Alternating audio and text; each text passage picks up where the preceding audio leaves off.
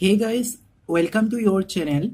We are going to discuss some important Hindu articles. One article from the national column of today's Hindu newspaper is Raft of Foreign Policy Issues Before New Government. Though article is some kind of political, he motivated, yeah, there are some political aspects here. Keep them aside. Let's focus on the core point of the article. The article mentions some regional groupings: SHARC, SCO, Shanghai Cooperation Organization, G20, G7, and India and Bhutan relationship. So, pointing out to these regional groups, we can say, yeah, we can prepare a note: India's role in each regional groupings. Right. So when we say SHARC and Shanghai Cooperation Organization, then one important thing comes to our mind is that these are some very exceptional regional groupings which India can use in an exceptional way. Why? Because these are the only regional groupings, these are some prominent regional groupings where they have members with whom India has enmity. Yeah, India has some kind of disputed relationships. For example, see Pakistan, China, with whom India has India is bearing long-term disputed relationship. India has disputed matters with this country since long, and in this regional groupings, SHARC, SCO, Shanghai Cooperation Organization, India can confront, and India will find an opportunity, right, to raise their concerns through this platform. Yeah, India can block some decisions where she finds that unilaterally taken by those countries, yeah, where there are some disputed matters are going on between India and those countries. So regarding India's role in SHARC and uh, Shanghai Cooperation Organization, one very important point, one very important opportunity that India can use is that these are the regional groupings where India can share, India co-shares with those countries with whom India has some disputed relationships. Right. And apart from that, some external politics. The relationship between India and SHARC, right, is determined up to somehow a kind of governmental structure in countries. For example, you see Maldives, Sri Lanka, some kind of disputes, some kind of problems are going on, then what type of government there should be? Those, up to many extents, there is a stable democratic government at present scenario, but up to somehow in some countries under the SHARC, the relationship between India and those countries are determined much more by the political structure of the country. Besides this, terrorism is then another option where India can where India can stand with all these countries in these platforms. So, what is the advantage of India regarding SHARC and SCO is that India will co-chair with those countries where India has some disputed relationship. As a result of this, India finds a very golden opportunity to raise her concerns regarding such disputed issues. External politics, the political structure of the government is a prominent factor here, to which determines the relationship between India and those countries. Terrorism in another issue which can be shared by all those countries throughout this platform. And besides this, electricity, dam, wildlife, economy, and infrastructure, culture, technology, and innovation are some points, prominent points, where India can find an opportunity to strengthen their relationship from these regional groupings. So three major prominent areas: disputed issue, external politics, yeah, political structure, and terrorism. These are three prominent structures where India can find an opportunity to emphasize throughout these regional groupings. And apart from this, also electricity, dam, wildlife, economy, and infrastructure, culture, technology, and innovation, some other prominent points where India can emphasize throughout these regional groupings. Again, coming into G20, G20 is much more an economic group. So the relationship here, the role of India in G20 is determined much more how India has wisely used the economic opportunity. Yeah, how India has opened the economy of India to the advantages of the countries under G20. Yeah, how India can take the advantage of the economies of G20 to tilting India's favor. Right. While pointing out some major areas where India can take very proactive role under G20 group, under G20 group, these prominent areas are digitalized economy, visa, infrastructure, Indian diaspora, technology and innovation like artificial intelligence, tax regime, fighting black money, fighting terrorism, labor market, land acquisition, Indian security market, economic law, Make in India program, right? These are some prominent areas. See, digitalized economy, visa, infrastructure, Indian diaspora, technology and innovation, tax regime, fighting black money, fighting terrorism, labor market, land acquisition, Indian security market, economic law, Make in India program. These are some issues. These are very prominent issues which India can bind on which India can bind with the economies of the country under G20. Right? How India is using each and every opportunity, how India is utilizing each and every opportunity here in combination with the countries of G20 towards the improvement of the economy of India. This is a major factor here. So these are some prominent areas where India can emphasize with the global economy of the G20 group. Coming to the G7 group, India is not a part of member of G7 group, but still India has been invited to attend the upcoming summit of G7 in next month. So that is why it brings important here. G7 and G7 is actually earlier it was G8, but when Russia annexed Crimea, after that Russia was separated from the G8 group and now it is recognized in G7 group. So is there an opportunity for India to combine with G7 also, because India has been invited to attend the summit of G7, right? So it is very important. India and Bhutan relationship, and I have already mentioned and I have already discussed in my previous lectures regarding Indian Bhutan relationship, so I am not going to reiterate this. You can visit my earlier lecture regarding this, or you can prepare your own notes also. So you can prepare this article from this viewpoint actually. So how India can use how India can take the advantage of this regional platform, how India can find an opportunity to bind with global economy under G20 group, etc. are important points which we have to prepare from this. Coming to the article of the opinion page, it is time to take stock of the electoral process. The article discusses the major components of a transparent electoral process necessary for a democratic country like India. And as per the article, as we can analyze from the article, some prominent parts of a transparent electoral process are voting mechanism, awareness, like Election Commission's recent awareness program, systematic voters education and electoral participation, behavior of political leaders. While coming to the behavior of political leaders, here noticeable part will be model code of conduct.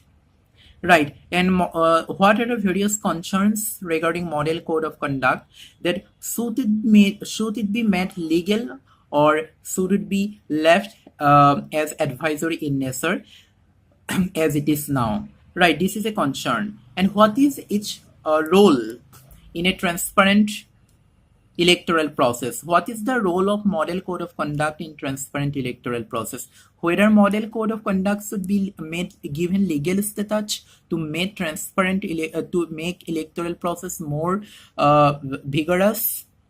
Again, social media menace. In front of the growing use of social media, whether model code of conduct needed reforms or model code of conduct needs changes to cope up with the growing use of social media, right? And what are its implementation problems and how you can relate all this to a transparent electoral process. You have to prepare note from this viewpoint. Election Commission is the backbone of a transparent electoral process, combined with representative of people act. When we say election commission, it is very controversy as view if we view from the recent incidents. And here important article, notice that Article 329. Article 329 actually bars the courts from interfering in electoral process as soon as the electoral process begins. Despite this article, in the recent scenario, Supreme Court is compelled to interfere in the electoral process repeatedly. Is it because of the failure of the Election Commission? And if it is because of the failure of the Election Commission, then what reforms are needed in this perspective? Again, Article 324 is very much important. If you find questions that critically analyze the power of the Election Commission in front of the growing challenges of the electoral process. So, is Article 324 is enough? And if Article 324 is enough, then why finger is pointing out towards Election Commission? Is it because of the nexus of the Election Commission with government? Is it because Election Commission is appointed by the government, that is why Election Commission is favoring the ruling party? So as a whole, are these harming the transparent electoral process? You have to keep this viewpoint here. Again, regarding Article 324, superintendence, direct and control of the whole electoral process is handed over to Election Commission. Right, Election Commission can superintend, direct and control of the whole electoral process. And again, there are various judgments, right, various court judgments that what does superintendence, direct and control means. Right, but still as per this article, Election Commission is the whole authority regarding the superintendence, direct and control of the electoral process. Again, Section 28 of the Representative of People Act says that returning officer, presiding officer, polling officer or any officer appointed under this part are under the complete control of Election Commission. That means the moment the electoral process has been announced up to the finishing of the electoral process, during this time span, all these officers appointed under this part will be under the control of complete control of Election Commission. Then the question is that such a vast and whole authority and power is given to Election Commission. Despite this, why Election Commission is amidst the controversy? Right, you have to prepare notes from these viewpoints. So all these factors combined to a transparent electoral process. We have to critically analyze the concerns here, pointing out, giving our solutions in every aspect, whether it is in case of Election Commission, whether it is in case of Model Code of Conduct. There is another article is the business page. SEBI panel moves changes to foreign portfolio investment rules. SEBI has constituted H.R. Khan Committee, and this committee gives recommendations to some rules regarding foreign portfolio investment. Here, your duty is to know what is foreign portfolio investment. Though all the recommendations are not necessary from the GS point of view, but the article brings some important points, some important terms which bears prominence for our exam. For example, sovereign wealth fund. What is sovereign wealth fund? The sovereign wealth fund is a fund that is actually maintained by central bank or a state, and throughout this bank, the state, the country, the central bank invests in funds regarding security, regarding financial asset globally. Means it is a fund controlled by a country with a purpose to invest in financial asset or security market in global platform. But the when the sovereign wealth fund is created, when a country has enough and surplus capital and surplus foreign reserves, then to utilize the excess foreign reserve, a country throughout this fund invest those excess money in global financial market. Is India ready to invest in global market? Does India need this kind of fund? These are some critical concerns which you have to consider. Again, you should know alternate investment fund, foreign exchange management act, fast tracking and onboarding process. The most important point is that foreign portfolio investment and foreign direct investment, the distinction between these two terms, which is much more beneficial to an economy and which is not beneficial to economy, and what are the reasons. You have to try to find out these things. HR Khan committee gives a very crucial recommendation, and you can find mains question here, or you can try to find out the reasons behind it. The one recommendation is that prohibitions relating to foreign direct investment should not be extended to foreign portfolio investment because the latter does not influence economy much. That means what? The prohibitions which are applied to foreign direct investment should not be applied to foreign portfolio investment because foreign portfolio investment does not any kind of permanent influence in economy. This is a very important line. Try to find out what is the logic behind such recommendation. And it also says that investment cap applied to foreign direct investment should not be applied to portfolio investment. That means the investment cap means the limit for the foreign investment which are applicable to foreign direct investment are equally should not be applicable to foreign portfolio investment. It also says that allow foreign portfolio investment to exceed their 10% investment cap, and foreign portfolio investment in real estate investment trust, infrastructure investment trust, and alternative investment fund should be regulated through particular mechanism instead of a circular. Till now, foreign portfolio investment in all these three sectors are allowed through a circular, and the committee recommends that instead of a circular, foreign portfolio investment in all these three sectors should be well maintained and regulated through a particular mechanism. Again, it says that sovereign wealth funds should be exempted from investment caps in corporate debt. Again, it is one important recommendation regarding ease of doing business. The committee recommends to sheet a fast-tracking onboarding process with only requirement of KYC to for the fast approval of foreign investment regarding foreign portfolio investment sector. These are some recommendations given by the HR Khan committee to improve foreign portfolio investment.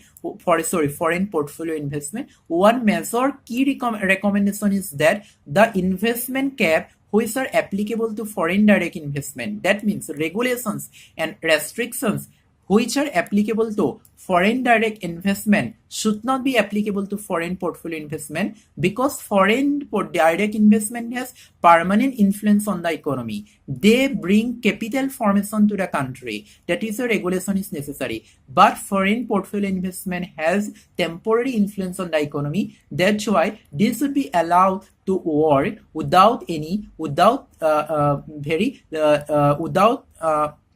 less regulations, with minimum regulations.